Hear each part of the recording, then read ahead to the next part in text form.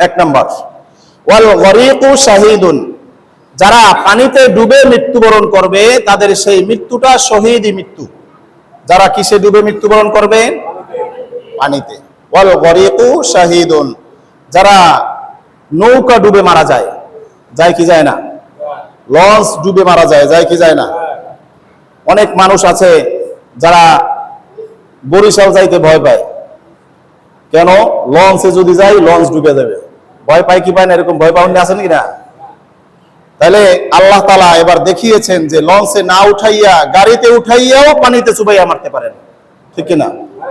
বান্দা তুমি লঞ্চে উঠবা না, কিন্তু গাড়িতে উঠবা, কিন্তু মারা যাবা পানিতে ডুইবা। হয়েছে কি হয় নাই? সেই পাটুরিয়া দৌলতিয়া ঘাটে গাড়ি ডুবে মৃত্যুবরণ করেছে কি করে নাই? করেছে।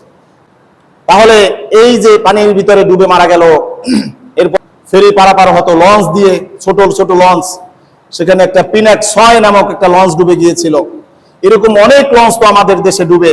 নৌকা ভ্রমণে বের হয়, নৌকায় ডুবে যায়। হাওর বিলাস করতে যায়, হাওরে ট্রলার ডুবে মারা যায়। বাচ্চারা সাঁতার কাটতে গিয়ে মারা যায়। বিভিন্ন সময় পুল ভেঙে, চার ভেঙে পড়ে এরপর পানির ভিতরে ডুবে মারা যায়। রাসূল বলেন ওয়াল গরিকু শাহিদুন, এই পানির ভিতরে ডুবে যারা মারা যাবে তাদের মৃত্যুটাও কি মৃত্যু? শহীদি মৃত্যু। তাহলে